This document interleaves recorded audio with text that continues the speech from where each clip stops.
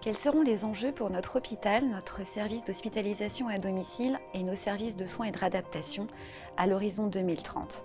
Répondre à l'évolution des attentes de patients mieux éduqués, plus informés, plus autonomes dans la gestion de leur traitement nous demande de moderniser nos modes d'intervention actuels.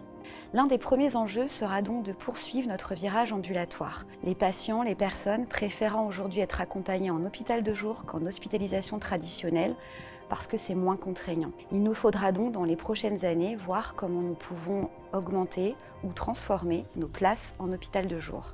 Deuxième défi que nous portons, c'est de transformer ou faire de nos établissements sanitaires des pôles d'expertise auprès du grand public ou d'autres structures médico-sociales comme les EHPAD par exemple. En effet, dans des contextes aujourd'hui marqués par les pénuries de personnel soignant, voire de déserts médicaux, nos établissements sanitaires disposent de véritables ressources que nous mettrons à disposition du territoire. Ça passera notamment par la création d'équipes mobiles se déplaçant au domicile pour apporter des conseils orientés sur des prises en charge ou encore créer des consultations externes spécialisées auprès de la population. Et tout ça en s'appuyant aussi sur les nouvelles technologies que sont les téléexpertises ou les téléconsultations. Mais pour que tout cela soit possible, il nous faudra compter sur des équipes au complet, motivées, formées, et ça passera par une politique de recrutement et de fidélisation attractive et ambitieuse. Voilà, donc nous avons un beau projet pour nos établissements sanitaires à l'horizon 2030, on en est fiers. On a déjà commencé à la Fondation à travailler sur ce type de réflexion et notamment on souhaite vous présenter aujourd'hui l'équipe mobile extra-hospitalière qui est portée par l'hôpital Léopold-Bellan, situé dans le 14e arrondissement de Paris, tête le pont de la filière gériatrique de son territoire et portée par son directeur Nicolas Debu.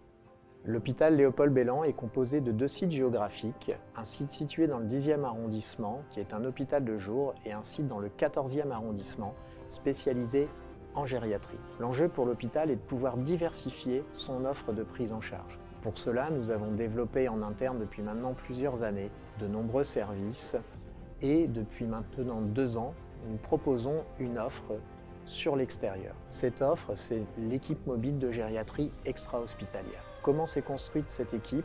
C'est tout simplement la rencontre avec les EHPAD avec lesquels nous travaillons qui nous a permis de cibler quels étaient leurs besoins. Et c'est à partir de cela que nous avons créé cette équipe mobile qui va dans 12 établissements partenaires.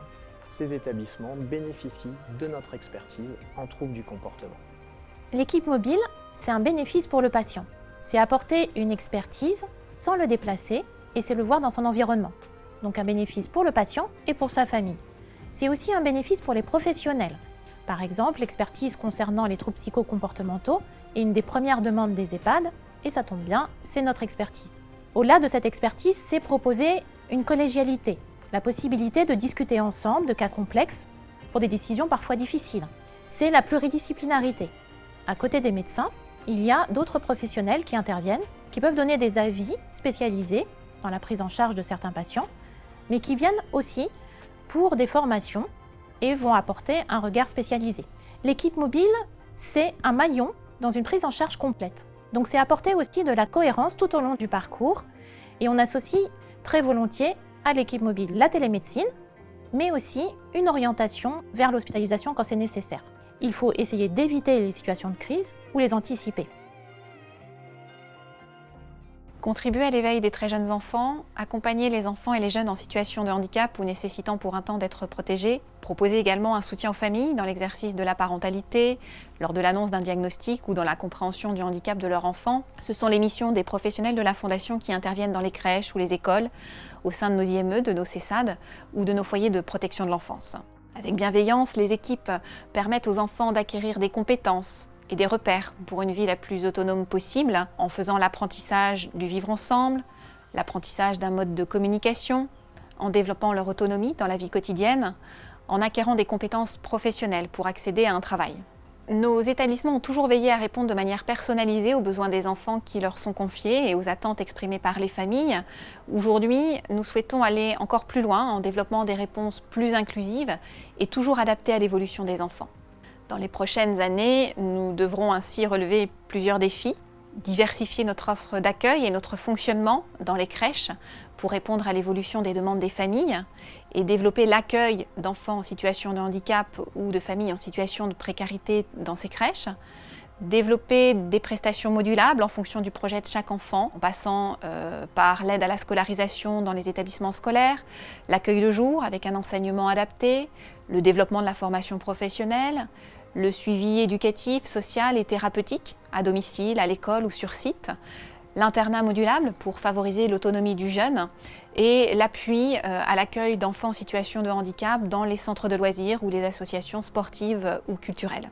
Nous devrons également renforcer notre expertise et notre offre dans les parcours de formation professionnelle des jeunes en situation de handicap et d'une manière générale, apporter au milieu dit ordinaire l'expertise de nos professionnels spécialisés dans l'accompagnement d'enfants atteints de troubles du neurodéveloppement, d'une déficience auditive ou d'épilepsie et devenir centre ressources sur ces types de handicap pour favoriser le repérage et le diagnostic le plus précocement possible et aussi le maintien des enfants dans les dispositifs de droit commun chaque fois que possible. Nous nous engageons également à développer notre accompagnement auprès des enfants et des jeunes relevant de la protection de l'enfance, en lien avec les besoins grandissants identifiés sur nos territoires d'implantation et à diversifier notre offre pour répondre notamment aux besoins des mineurs non accompagnés. Enfin, nous nous engageons à développer des dispositifs de soutien à la parentalité. La mise en œuvre de ces différents défis interrogera les organisations, les missions et les pratiques professionnelles et il nous faudra accompagner les équipes dans toutes ces évolutions. Alors, un établissement de la Fondation a déjà opéré une transformation en dispositif inclusif. L'IME de Châteaudun, qui disposait déjà depuis le milieu des années 2000 de classes intégrées dans les écoles et dans les collèges, s'est transformé en 2019 en dispositif d'accompagnement médico-éducatif. Le DAM a plusieurs missions, c'est développer l'éducation inclusive. Donc l'éducation inclusive sous plusieurs formes. Pour l'instant, nous développons plutôt l'inclusion scolaire autour du scolaire, c'est-à-dire que l'enfant peut être inclus à temps plein dans son école de secteur. Et là, on va venir nous apporter en ambulatoire les soins dont il a besoin. Il y a aussi la possibilité d'accompagner les enfants avec du temps partagé, un petit peu à l'école et un petit peu au DAM, avec un soutien aussi scolaire et un accompagnement scolaire au sein du DAM, avec des enseignantes de l'éducation nationale. Et puis, il y a aussi des ateliers éducatifs qui sont mis en place, qui répondent à leurs projets d'accompagnement. Il y a aussi le mode pour des enfants qui ne sont pas encore en mesure d'être scolarisés dans une école à l'extérieur de l'établissement, qui sont scolarisés en interne, voire pas scolarisés. Donc petit à petit, nous avançons vers une scolarité pour tous les enfants. Il faut savoir que lorsque nous étions IME, nous avions des classes externalisées et à ce jour, ces classes externalisées existent encore, mais nous allons de plus en plus vers de l'inclusion dans les écoles de droit commun et dans les classes de droit commun. Nous avons aussi développé autour de l'internat séquentiel. Donc l'internat séquentiel répond à des objectifs précis du projet des jeunes, c'est-à-dire que nous allons travailler la séparation avec la famille, nous allons travailler l'autonomie vers l'habitat inclusif. Et puis, nous avons aussi un autre aspect du projet d'internat qui est travailler le répit pour des familles qui ont besoin de répit et pour des enfants aussi qui ont besoin d'un petit moment pour se ressourcer au sein de notre établissement. Je dois dire que la transformation de l'IME en DAM a bien sûr créé quelques craintes au niveau de l'équipe éducative, mais elles ont été très vite levées puisque l'équipe est très partie prenante de l'inclusion et petit à petit, on a eu des beaux projets, des belles choses, des belles réussites. C'est vrai que certaines familles étaient aussi assez craintives par rapport à ce retour à l'école. Et puis, ils nous ont fait confiance et ensemble, on a réussi à construire des partenariats très positifs avec l'école. Et les parents nous ont fait confiance. Les éducateurs ont aussi inventé des choses et puis expérimenté. Et aujourd'hui, je dois dire que c'est une belle réussite. Il faut vraiment envisager l'inclusion scolaire comme un accueil de tout enfant dans tous les dispositifs de droit commun, puisque aujourd'hui c'est à la société de s'adapter à toute forme de différence et nous on y croit et on va continuer à développer ce projet. Alors l'inclusion pour nous c'est une nécessité pour tous et surtout pour les élèves qui étaient accueillis jusqu'à présent au sein de l'IME. C'est la nécessité de vivre des situations réelles d'école à un âge où la vie d'un enfant est en grande partie occupée par l'école. Comme tous les enfants, ils ont besoin d'être reconnus en tant que tels, malgré leurs besoins particuliers. Notre rôle et celui de l'ensemble de l'équipe pédagogique du DAM, nous sommes 8 enseignants au total au DAM, c'est de les accompagner, soit directement en adaptant des temps d'apprentissage dans leur classe, soit en accompagnant l'enseignant de la classe d'inclusion, afin qu'il propose des compétences scolaires qui sont accessibles pour l'élève et les adaptations qui lui correspondent. Il y a 36% des enfants qui sont en inclusion individuelle dans leur école de secteur, dans leur tranche d'âge. Il y a 43% qui sont en dispositif d'inclusion collective, 15% des élèves qui sont scolarisés uniquement au DAM et 6% des enfants qui n'ont pas de temps scolaire puisque ça ne correspond pas à leurs besoins. Depuis 2 ans, donc depuis la mise en place du DAM, on peut observer des effets bénéfiques. Les enfants mettent plus de sens à ce qu'on leur apporte, il y a plus d'appétence pour le milieu scolaire, plus de fierté aussi parce qu'ils sont fiers de s'identifier à leur classe, ils sont comme les autres et ils ont une véritable identité d'enfant. Les enseignants ont pu avoir des doutes ou de la résistance au départ, mais désormais nous sollicitent pour d'autres projets ou pour accompagner des enfants de la classe qui ressentent également des difficultés scolaires. Notre rôle à nous, c'est vraiment de montrer à l'enseignant tout ce qui est bénéfique pour l'élève dans sa scolarité au quotidien, d'éviter de ne faire ressortir le point négatif, bien montrer que l'enfant, chaque jour, quand il va à l'école, il progresse. Le secteur handicap adulte de la Fondation Léopold Bellan est composé de 22 établissements et services. Ce sont environ 400 professionnels engagés qui accompagnent chaque année plus de 1000 personnes. L'offre de services est diversifiée, passant de l'hébergement à l'accueil de jour, de l'accompagnement à domicile à l'insertion par le travail. 2 foyers d'accueil médicalisés et un hôpital de jour pour adultes épileptiques complètent l'offre de services. Tous ont la même priorité: accompagner les adultes en situation de handicap dans leur vie personnelle et professionnelle. Les orientations stratégiques pour le secteur handicap adulte peuvent se résumer en quelques mots-clés qui sont l'autodétermination, le parcours de vie et l'inclusion. L'autodétermination, c'est la capacité pour une personne à pouvoir agir pour elle-même et par elle-même. C'est pouvoir faire des choix éclairés et être décisionnaire de sa vie. C'est aussi avoir le droit, quelle que soit sa singularité, d'être un citoyen à part entière et de trouver sa juste place dans la société. Pour accompagner l'autodétermination, les établissements recentrent les usagers au cœur de la prise en charge, avec une participation plus active dans les CVS, des lieux de dialogue et d'échange, mais également les incluant à des groupes de travail organisés par la Fondation sur des thématiques transversales comme le développement durable et l'éthique. Le parcours de vie, c'est avant tout aider les personnes en situation de handicap et leurs familles à trouver la formule adéquate à leurs besoins, que ce soit en hébergement complet ou partiel, en accueil de jour, au domicile, mais également pouvoir leur offrir un travail. C'est également les accompagner tout au long de leur vie, dans ou hors les murs de la Fondation. C'est faciliter la libre circulation d'un hébergement à un service entre le milieu ordinaire et le milieu protégé. C'est répondre aux aléas de la vie, au regard de toutes les singularités. C'est maintenir l'autonomie, prévenir la perte d'autonomie en permettant des allers et retours au domicile ou en établissement, du travail à l'accueil de jour, en fonction de l'état de santé, de l'âge et des choix et possibilités des aidants familiaux. Pour faciliter ces parcours de vie, la Fondation organise ses activités et services en pôle sur certains territoires. Cela permet de fluidifier les prises en charge et de faciliter les démarches des personnes accompagnées et leurs familles. Pour accompagner ces établissements, la Fondation créera des postes de coordinateurs de parcours. L'inclusion interroge les professionnels puisqu'elle nécessite de repenser nos organisations et nos services, de développer encore davantage nos partenariats avec les acteurs locaux et notamment le monde de l'entreprise, mais également de nous faire connaître du grand public. Par nous, j'entends les personnes que nous accompagnons. Réussir le virage inclusif, ce n'est pas contre ni envers le milieu dit protégé.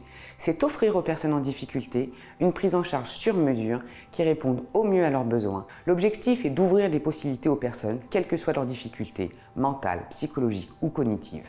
Avoir le choix d'être hébergé en milieu ouvert ou protégé, de travailler en institution, en détachement, en milieu ordinaire, avec des allers-retours possibles en cas de besoin. Outre l'aménagement de nos organisations et services, nos professionnels devront également accompagner, former et conseiller les acteurs du milieu ordinaire pour maintenir ou insérer au mieux les publics fragiles. L'inclusion pour notre secteur concerne entre autres nos ESAT avec un grand plan de transformation qui s'engage sur 2022. En la matière, l'un de nos ESAT possède déjà en son sein un dispositif innovant. Il s'agit du dispositif Emploi accompagné. Le projet de l'ESAT Léopold Bellan de Chinon, c'est d'accompagner des travailleurs dans leur épanouissement professionnel. Pour certains, il concerne l'intégration des entreprises. Nous travaillons sur la montée en compétences des personnes pour qu'ils réalisent ce projet. En parallèle, nous avons constitué le dispositif Emploi accompagné avec une autre association, la RPS de Fontenay, qui correspond à la sécurisation du parcours en entreprise. Pour cela, nous faisons l'accompagnement de la personne et de l'entreprise. Aujourd'hui, 10 personnes sont concernées, les résultats sont plutôt positifs et le dispositif est en pleine évolution. Je m'appelle Ahaleta Marquez, j'ai 27 ans et je suis dans la menuiserie depuis 2013. Je fabrique des fauteuils en bois, les choses pour faire les assiettes aussi. J'ai fait un stage chez Hackett, le DOD, et puis après qu'ils ont poussé pendant 15 jours. Puis là maintenant ils veulent m'embaucher chez eux. J'y vais signer le CDI le 1er juin. Pour le parcours d'Alexandre, effectivement, on est passé dans un premier temps par des périodes de stage et d'accueil pour d'abord clarifier son projet professionnel. Puis une fois arrivé à l'ESAT, on a pu l'accompagner sur la mise en place de sa vie avec de plus en plus d'autonomie, que ce soit au quotidien dans un premier temps, avec nos collègues du centre d'habitat. Et puis après, voilà, lui prenant son autonomie, nous l'avons accompagné professionnellement avec l'équipe de l'atelier pour petit à petit l'aider à monter en compétences, à surtout se rassurer, à avoir confiance en lui. Dernièrement, il a pu se dire prêt à participer au DOD. Nous avons trouvé avec le chef d'atelier, avec lui, une entreprise qui nous semblait plutôt accueillante et propice à l'accompagner au mieux. Effectivement, ça a bien fonctionné. Ils ont très rapidement demandé à prolonger par un stage dans un premier temps, puis après des mises à disposition, de façon à ce qu'on puisse travailler l'adéquation qu'il peut y avoir entre la vie de famille d'Alexandre, qu'on puisse travailler aussi des impacts éventuels qu'il pourrait y avoir sur sa rémunération à venir, et puis qu'on puisse l'aider à prendre le temps de se projeter et donc maintenant d'aller travailler à partir du 1er juin. Ce qui est rassurant pour nous, outre le suivi qu'on peut proposer au sein de l'ESAT, c'est d'avoir cet appui de l'emploi accompagné qui permettra de sécuriser son parcours et de pouvoir intervenir auprès de l'employeur et d'Alexandre s'il y a besoin, et d'éviter d'être pompier, mais plutôt d'être en prévention. D'ici 2030, le nombre de personnes âgées de plus de 65 ans aura considérablement augmenté. Il s'agit là d'un véritable défi de société que nous devons anticiper en adaptant l'offre de nos établissements pour personnes âgées que sont nos EHPAD, nos services de soins infirmiers à domicile et notre service d'aide à domicile. Deux alternatives sont envisagées. D'un côté, le souhait fortement exprimé par les personnes de rester le plus longtemps possible chez eux, et de l'autre, les personnes en perte d'autonomie dont le maintien à domicile devient impossible et qui entreront en EHPAD. Pour favoriser le maintien à domicile, l'EHPAD de demain devra aller vers eux et ouvrir ses prestations vers l'extérieur. Il proposera aux aînés du territoire l'accès à ces prestations comme les animations, la restauration, notamment pour lutter contre l'isolement social. Il se positionnera aussi comme un véritable acteur de soins en mettant au service des professionnels et des aînés du territoire son expertise gériatrique, notamment sur des aspects comme la rééducation, la prévention des chutes, la dénutrition, la gestion de la douleur. Dans ce cadre, l'appui de la téléconsultation et de la télémédecine en général sera évidemment un appui considérable. Pour les personnes qui entreront en EHPAD, à l'inverse, l'enjeu sera de transformer nos espaces de vie en faisant le plus possible des lieux comme chez soi, avec des grandes chambres, des mobiliers adaptés, des zones dédiées aux familles. La place des familles et des aidants dans ces perspectives à horizon 2030 devront aussi être mieux valorisées. On essaiera de leur proposer des structures de soutien, d'appui et de conseil à leur profit, notamment lorsqu'ils accompagnent des proches en perte d'autonomie à domicile. Tout cela ne sera évidemment possible qu'avec des équipes motivées, au complet et formées, ce qui veut dire pour nous d'engager des réflexions très rapides sur des politiques ressources humaines attractives en matière de recrutement, de fidélisation et de qualité de vie au travail. Toutes ces réflexions qui vont dans le sens de l'avenir, nous avons commencé à les engager sur le territoire du Mantois situé dans les Yvelines. La résidence de Septeuil comprend un EHPAD de 102 places et un FAM de 60 places. À Septeuil, nous avons une spécificité historique, l'accueil des personnes âgées handicapées psychiques. Nous sommes reconnus pour notre expertise en gérontopsychiatrie. Fort de cette expérience et face à l'augmentation des troubles psychiatriques chez les personnes âgées, nous mettrons à profit du territoire du Mantois nos compétences en gérontopsychiatrie à travers nos ressources tant médicales que socio-éducatives. Nous valoriserons les parcours en portant le projet de création d'une unité pour personnes handicapées vieillissantes au sein de l'EHPAD. Pour proposer une offre conforme à l'évolution des besoins des personnes, nous entamerons la restructuration de Septeuil. Nous construirons un nouveau EAM, ce qui libérera de l'espace.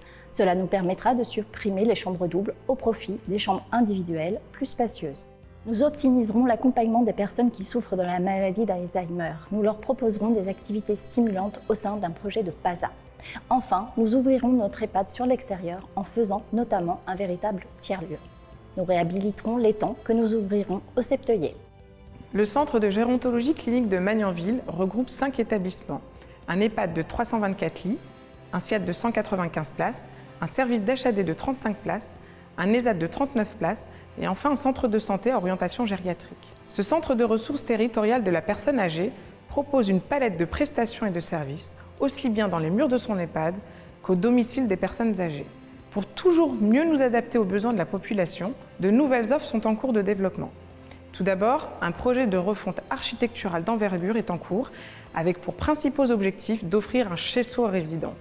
Nous renforcerons notre offre médicale en construisant un nouveau bâtiment de 90 lits entièrement dédié à l'accompagnement des personnes atteintes par la maladie d'Alzheimer. Ce bâtiment inclura une unité d'hébergement renforcée de 12 places pour les résidents les plus sévèrement atteints. Conscients des enjeux au domicile, nous proposerons également aux personnes du territoire vivant à domicile un certain nombre de services complémentaires à notre offre existante. Dans le cadre de notre dispositif d'accompagnement renforcé au domicile, nous mettrons en place une offre construite à la carte en fonction du projet de vie de la personne. Dans ce cadre, les prestations animatives de nos EHPAD seront ouvertes aux personnes de domicile afin qu'ils puissent participer à des ateliers collectifs, mais aussi à la restauration en groupe. De plus, un certain nombre de services seront mis en place, tels que le portage de repas, la mise en place de dispositifs d'assistance au domicile, mais également les interventions de notre ESAT. Par exemple, pour accorder un peu de répit aux aidants, un hébergement temporaire pourra également leur être proposé. La résidence médicalisée de Mantes-la-Jolie, dirigée par Madame Anne Bourget, accueille 82 résidents en hébergement permanent. Il dispose aussi d'un service d'accueil de jour de 12 places qui accompagne des personnes âgées du domicile souffrant principalement de la maladie d'Alzheimer. Demain, cet EHPAD, qui est situé en cœur de ville, ouvrira encore plus ses prestations sur son environnement de proximité à travers les différents projets qu'il porte. Tout d'abord, le déploiement dès 2022 de sa plateforme d'accompagnement et de répit pour les aidants. Il s'agit là de proposer du conseil, du soutien, de l'aide, de la formation aux aidants qui accompagnent des personnes en perte d'autonomie. Deuxième projet, il s'agira de développer l'animation de la vie sociale au sein du quartier, ce que l'établissement fait déjà, notamment à travers la transformation de son jardin en ce qu'on appelle un tiers-lieu, c'est-à-dire un espace d'échange, de partage d'activités avec les habitants du quartier, les résidents, les professionnels, les écoles, les commerçants de Mantes-la-Jolie. Troisième projet, ça consiste à développer des logements alternatifs à ceux proposés en EHPAD, des logements regroupés qui se situeraient en cœur de ville et qu'on appelle habitat inclusif. Enfin, l'établissement ouvrira ses prestations à la population âgée de Mantes-la-Jolie ainsi que ses compétences gériatriques. Et ce, dans le prolongement de ce qui est déjà mis en place avec des services d'aide à domicile du territoire pour lesquels les bénéficiaires peuvent accéder aux animations de l'établissement.